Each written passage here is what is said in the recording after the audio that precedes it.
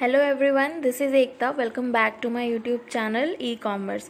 अगर आपने अभी तक मेरे चैनल को सब्सक्राइब नहीं किया है तो प्लीज़ सब्सक्राइब कीजिए और बेल आइकन को प्रेस कीजिए सो दैट आपको सारी न्यू वीडियोस की नोटिफिकेशन सबसे पहले मिले। आइए स्टार्ट करते हैं। चैप्टर 2 हमने स्टार्ट किया था लास्ट वीडियो में और आज हम प्रिंसिपल्स ऑफ मैनेजमेंट का सेकंड पार्ट स्टार्ट करने वाले हैं, जिसमें हम पढ़ेंगे फंडामेंटल प्रिंसिपल्स ऑफ मैनेजमेंट।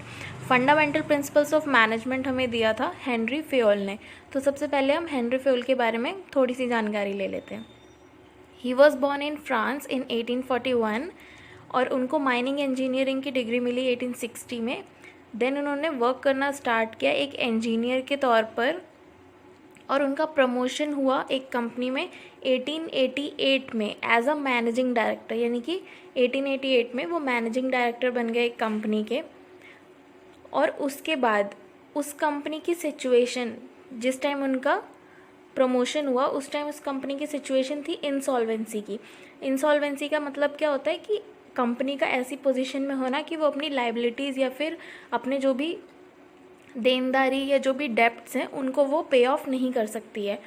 उस टाइम उन्होंने उस चैलेंज को एक्सेप्ट किया और उन्होंने अपने तरीके से जो भी उनके पास टेक्निक्स थी मैनेजिंग की, उस टाइम कोई मैनेजमेंट प्रिंसिपल्स नहीं होते थे, तो उनके पास जो भी मैनेजरियल टेक्निक्स थी अपने एक्सपीरियंस से, अपने एक्सपेरिमेंट से वो उन्होंने यूज़ किए और कंपनी को उस सिचुएशन से, इंसॉल्वेंसी की सिचुएशन से निकाला और उनको सक्सेस भी मिली।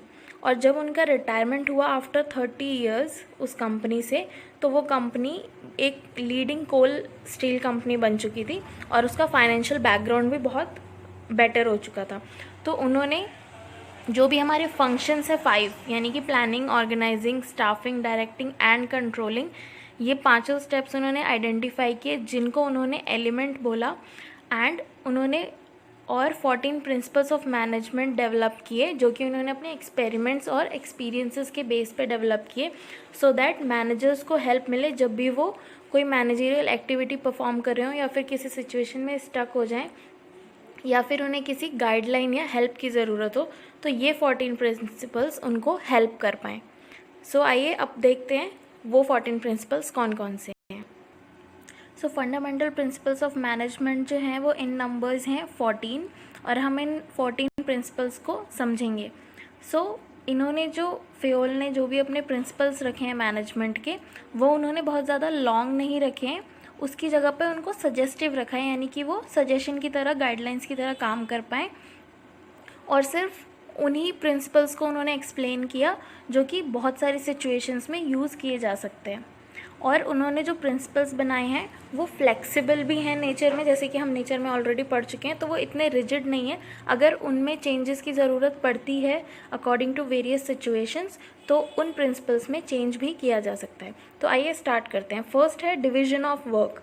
सो अकॉर्डिंग टू दिस प्रिंसिपल, किसी भी काम को छोटे छोटे हिस्सों में, यानी कि अलग अलग पार्ट्स में डिवाइड करके और उसको अलग अलग इंडिविजुअल्स को असाइन कर देना चाहिए। यानी कि हमारे पास कोई काम है, उसको हमने अलग अलग पार्ट्स में डिवाइड किया, उसके छोटे छोटे हिस्से कर दिए और उसके बाद एक एक एम्प्लॉय को या एक एक इंडिविजुअल को एक एक पार्ट दे दिया उसकी एबिलिटी और उसके टेस्ट के अकॉर्डिंग, जिसकी वजह से उसे वो काम करना आता होगा और उसका इंटरेस्ट भी होगा उस काम में, और उसकी एबिलिटी के अकॉर्डिंग जब उसे काम मिलेगा तो वो उस काम को अच्छे से करेगा। और जब बार बार इंडिविजुअल्स वही काम रिपीटेडली करेंगे तो धीरे धीरे उस काम में उनकी स्पेशलाइजेशन हो जाएगी। सो डिवीजन ऑफ वर्क ये कहता है। सेकंड है अथॉरिटी एंड रिस्पॉन्सिबिलिटी।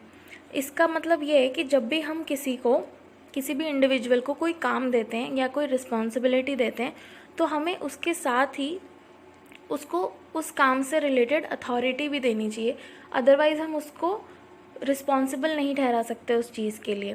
अथॉरिटी का मीनिंग होता है अधिकार और रिस्पॉन्सिबिलिटी का मीनिंग हमें पता है कोई काम देना या सौंपना या फिर कोई जिम्मेदारी देना। तो अगर मैं किसी को कोई काम दे रही हूँ और मैं उसे उसके साथ कोई भी अथॉरिटी या कोई भी डिसीजन लेने का अधिकार नहीं दे रही, तो अगर वो काम टाइम पे पूरा नहीं होता है या फिर अच्छे से पूरा नहीं होता है, तो फिर उस इंडिविजुअल को मैं उस काम के लिए रिस्पॉन्सिबल नहीं ठहरा सकती, उससे मैं आंसर नहीं मांग सकती। इसलिए इन्होंने कहा कि अथॉरिटी और responsibility should go hand in hand. तो अथॉरिटी और रिस्पॉन्सिबिलिटी साथ साथ ही चलने चाहिए। जब भी हम किसी को कोई रिस्पॉन्सिबिलिटी दें, उसके साथ ही उस काम के अकॉर्डिंग उसको अथॉरिटी भी देनी चाहिए। नेक्स्ट है डिसिप्लिन।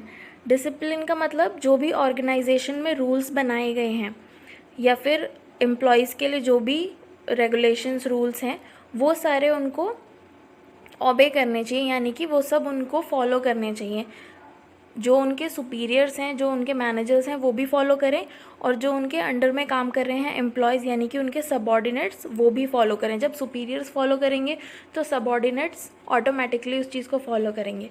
तो डिसिप्लिन का मतलब यही है कि एक ऑर्गेनाइजेशन में सब लोग डिसिप्लिन के साथ काम करें, और जो भी रूल्स एंड रेगुलेशंस बनाए गए हैं फॉर एम्प्लॉयज़, फॉर ऑर्गेनाइजेशन, उसको सभी लोग मिलकर फॉलो करें।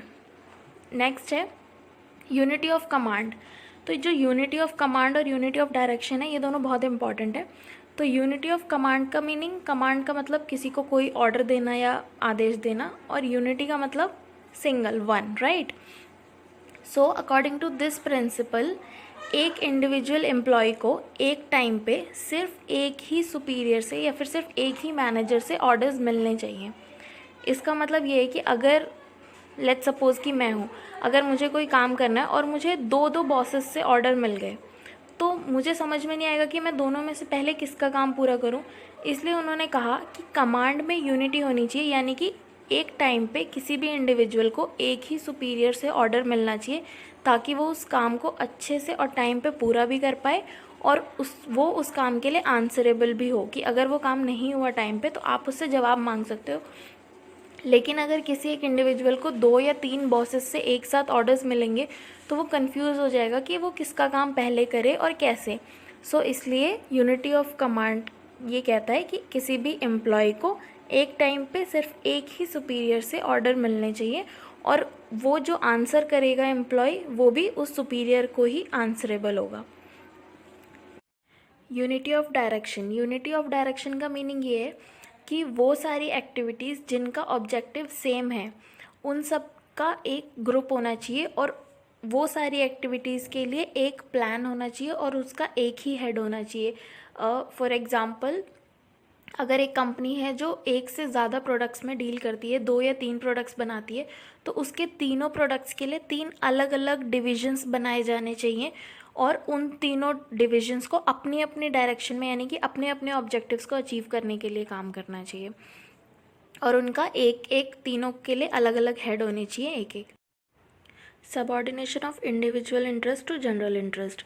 अब यहाँ पर इसका मतलब ये है कि जो इंडिविजुअल इंटरेस्ट है, यानी कि जो एम्प्लॉयज़ या जो मैनेजर्स, जो भी लोग काम कर रहे हैं एक ऑर्गेनाइजेशन में, उनका जो इंटरेस्ट है वो ऑर्गेनाइजेशन के इंटरेस्ट से या फिर ऑर्गेनाइजेशन के गोल्स से हमेशा कम ही रहेगा। यानी कि जो भी प्रायोरिटी वाली चीज़ है वो होगा ऑर्गेनाइजेशन, यानी कि अपने पर्सनल इंटरेस्ट को प्रायोरिटी ना देते हुए ऑर्गेनाइजेशन के बेनिफिट के लिए काम करना है, क्योंकि हम वहाँ पर काम कर रहे हैं और ऑर्गेनाइजेशन का बेनिफिट हमारे लिए सबसे प्रायोरिटी पे होना चाहिए। तो हमें ऐसी कोई भी एक्टिविटी नहीं करनी चाहिए जिससे कि ऑर्गेनाइजेशन को नुकसान हो और हमें फ़ायदा हो रहा हो। सो हमें ऐसे काम करना है कि ऑर्गेनाइजेशन का गोल अचीव हो, और जब ऑर्गेनाइजेशन का गोल बेनिफिशियल तरीके से अचीव होगा तो हमारा भी ऑटोमेटिकली अचीव हो जाएगा। नेक्स्ट है remuneration to employees. Remuneration to employees का मतलब ये है कि जो भी एम्प्लॉयज़ एक कंपनी में काम कर रहे हैं उनको फेयर रेम्यूनरेशन, यानी कि सैलरी, बोनस, ये सारी चीज़ें फेयर मिलना चाहिए, जिससे कि एटलीस्ट वो एक अच्छी लाइफ या फिर एक स्टैंडर्ड ऑफ लिविंग को मेंटेन कर पाएँ। और सैलरी या जो भी रेम्यूनरेशन है वो इतना होना चाहिए जो कि कंपनी की पेइंग कैपेसिटी में हो, राइट। तो ये दोनों ही के लिए बेटर रहेगा, कि ऑर्गेनाइजेशन के लिए भी अच्छा है और एम्प्लॉयज़ के लिए भी। नेक्स्ट है सेंट्रलाइजेशन एंड डिसेंट्रलाइजेशन। यहाँ पर सेंट्रलाइजेशन और डिसेंट्रलाइजेशन की बात हो रही है पावर्स के लिए, कि सेंट्रलाइजेशन का मतलब होता है कि किसी चीज़ को सेंट्रलाइज, यानी कि एक जगह बांध देना, ये सारी चीज़ें एक जगह पे केंद्रित या फिर सेंट्रलाइज्ड करके रख लेना। तो इसका मतलब है कि जो सारी पावर्स हैं एक ऑर्गेनाइजेशन में, ऐसा नहीं होना चाहिए कि वो सारी की सारी पावर्स किसी एक मैनेजमेंट के पास है, यानी कि जितनी भी अथॉरिटीज़ हैं सारी की सारी टॉप लेवल ने अपने पास रख ली हैं। तो जब वो अथॉरिटीज़ ही नहीं देंगे आगे किसी को, तो फिर काम कैसे होगा? क्योंकि हम रिस्पॉन्सिबिलिटी अथॉरिटी के बिना तो दे ही नहीं सकते किसी को, सिर्फ रिस्पॉन्सिबिलिटी देंगे तो काम तो हो ही नहीं पाएगा। और अगर हमने सारी पावर्स का डिसेंट्रलाइजेशन कर दिया, यानी कि टॉप लेवल मैनेजमेंट ने अपने पास कोई पावर्स ही नहीं रखी और सारी की सारी पावर्स को बांट दिया अपने सबऑर्डिनेट्स में या बाकी जो भी मिडिल लेवल है, लोअर लेवल है उसमें, तो यानी कि कंपनी का मैनेजमेंट तो उनके हाथ से चला जाएगा। तो जो इम्पोर्टेंट डिसीजंस होंगे वो नहीं ले पाएंगे। तो यहाँ पे सेंट्रलाइजेशन और डिसेंट्रलाइजेशन के बीच में एक रास्ता निकल कर आता है, विच इज़ इफ़ेक्टिव सेंट्रलाइजेशन।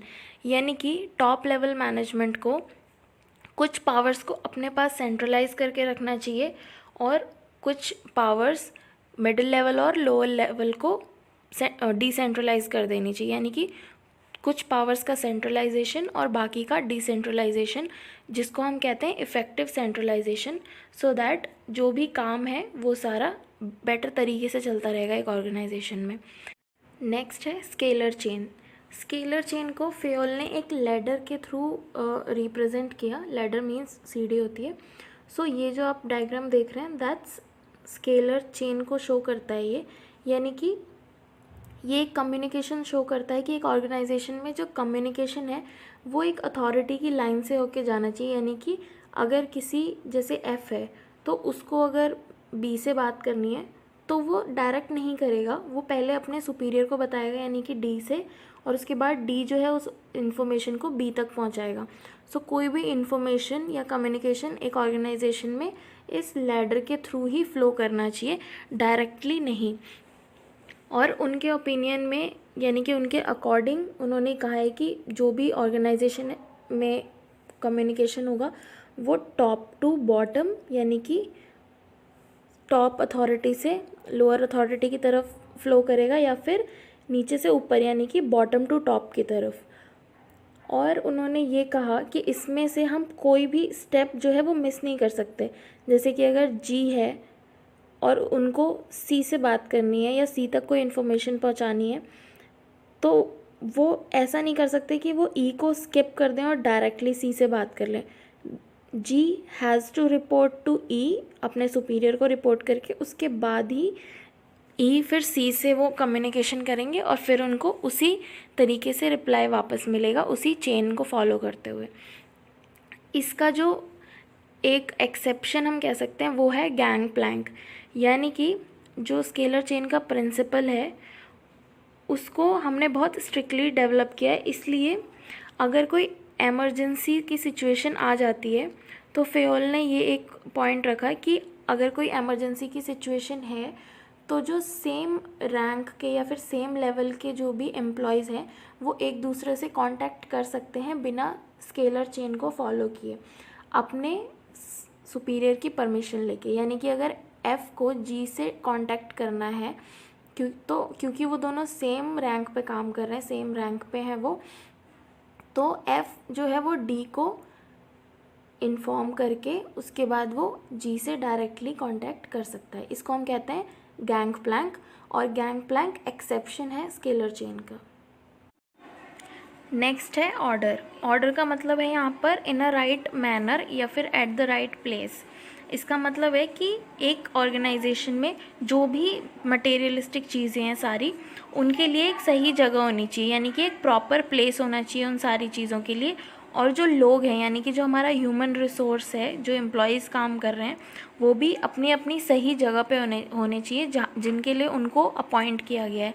यानी कि the people should be eight there right job and the things should be eight there right place. Next है इक्विटी। इक्विटी का मीनिंग है कि जो मैनेजर्स होते हैं उनको अपने सबऑर्डिनेट्स को फेयर ट्रीटमेंट देना चाहिए, यानी कि उनके साथ अच्छा बिहेव करना चाहिए और उनको अच्छे से ट्रीट करना चाहिए फेयरली, सो दैट उनके अंदर कोई ऐसी फीलिंग ना आए कि हमारे साथ फेयर ट्रीटमेंट नहीं हो रहा है और वो डिससेटिस्फाई हो जाएं। सो जितने भी मैनेजर्स हैं एक ऑर्गेनाइजेशन में उन सबको अपने सबऑर्डिनेट्स को फेयर ट्रीटमेंट देना चाहिए ताकि उनके अंदर काम के लिए अच्छी फीलिंग आए और वो डेडिकेटेड होके अच्छे से काम कर पाएँ ऑर्गेनाइजेशनल गोल्स के लिए। नेक्स्ट है स्टेबिलिटी ऑफ पर्सनल। यहाँ पर जो पर्सनल आप देख रहे हैं इसका मतलब है कि जो भी लोग आपकी ऑर्गेनाइजेशन में काम कर रहे हैं उनकी स्टेबिलिटी होनी चाहिए। स्टेबिलिटी का मतलब उनका जो काम करने का टेन्योर है, यानी कि जैसे किसी की जॉब है तो उसको वो जॉब सिक्योरिटी मिलनी चाहिए। ऐसा नहीं कि मतलब मैंने आज कोई जॉब ज्वाइन की और मुझे हर टाइम ये डर लगा हुआ है कि कभी मुझे पता नहीं कब जॉब से निकाल देंगे। तो अगर ये फीलिंग किसी भी एम्प्लॉय के अंदर रहेगी तो वो काम में अपना 100% नहीं दे पाएगा और फिर ये एडवर्सली इफ़ेक्ट करेगा ऑर्गेनाइजेशनल गोल्स को। सो इसलिए एक स्टेबिलिटी होनी चाहिए एम्प्लॉयज़ के टेन्योर में, ताकि वो एफिशिएंट तरीके से और अच्छे तरीके से काम कर पाएँ। नेक्स्ट है इनिशिएटिव। इनिशिएटिव का मतलब ये है कि जो भी लोग एक ऑर्गेनाइजेशन में काम कर रहे हैं, जो भी एम्प्लॉयज़, उनको अपॉर्चुनिटी मिलनी चाहिए अपने मीन्स अपने जो भी उनको आइडियाज़ आते हैं या उनके ओपिनियंस हैं वो देने के लिए उनको इनिशिएटिव का मौका मिलना चाहिए। यानी कि वो भी जो भी प्लान्स मैनेजर्स जैसे बनाते हैं या फिर कुछ डिसाइड कर रहे हैं तो उनको अपने एम्प्लॉयज़ से भी पूछना चाहिए if they want to contribute, या फिर वो कोई भी आइडिया देना चाहते हैं तो वो दे सकते हैं। तो इससे क्या होता है, इससे जो एम्प्लॉयज़ की थिंकिंग पावर है वो अच्छी होती है और उनको ऐसा लगता है कि वो भी ऑर्गेनाइजेशन का एक इम्पॉर्टेंट पार्ट है। तो वो अच्छे तरीके से फिर अपना काम करते हैं और डेडिकेशन बढ़ता है उनमें ऑर्गेनाइजेशन के लिए और अपने काम के लिए भी। और लास्ट है आपका एस्पिरिट द कॉर्प्स। इसका मीनिंग है मैनेजर को अपनी जो भी टीम है उसकी या जो उसके एम्प्लॉयज़ हैं, सबऑर्डिनेट्स हैं, उनमें उसको एक टीम स्पिरिट डेवलप करनी चाहिए। यानी कि उसे उसके सबऑर्डिनेट्स को या एम्प्लॉयज़ को ऐसा नहीं लगना चाहिए कि वो सिर्फ अपने लिए बात कर रहा है। तो जब वो बात भी करें तो वो अपनी पूरी टीम को लेकर बात करें। जैसे कि आई की जगह वी यूज़ करना, इसका बहुत अच्छा एग्जांपल है कि वो ये ना बोले कि मुझे ये काम पूरा करना, वो ये बोले कि हमें एज अ टीम इस काम को पूरा करना है। और उनके साथ जब भी बात करे या फिर उनको मोटिवेट करे चीज़ों के लिए तो टीम स्पिरिट के साथ वो चीज़ें हों। तो इससे क्या होगा, एक बहुत अच्छा रिलेशनशिप भी बन जाएगा उनके बीच में, मैनेजर्स और सबऑर्डिनेट्स के बीच में। और जो भी ऑब्जेक्टिव्स उनको अचीव करने हैं वो भी वो मोटिवेशन के साथ करेंगे। और टीम स्पिरिट होगी जब तो उनका कोऑर्डिनेशन बहुत अच्छा हो जाएगा। So this is it for today's video guys. अगर वीडियो पसंद आई है तो प्लीज़ लाइक कीजिए और मेरे चैनल को सब्सक्राइब कीजिए। अगर आप सब्सक्राइब करेंगे तो मुझे अच्छा लगेगा और मैं और वीडियोस बनाने की कोशिश करूँगी जो आपके लिए इन्फॉर्मेटिव होंगी। थैंक यू, मिलते हैं नेक्स्ट वीडियो में। Bye bye.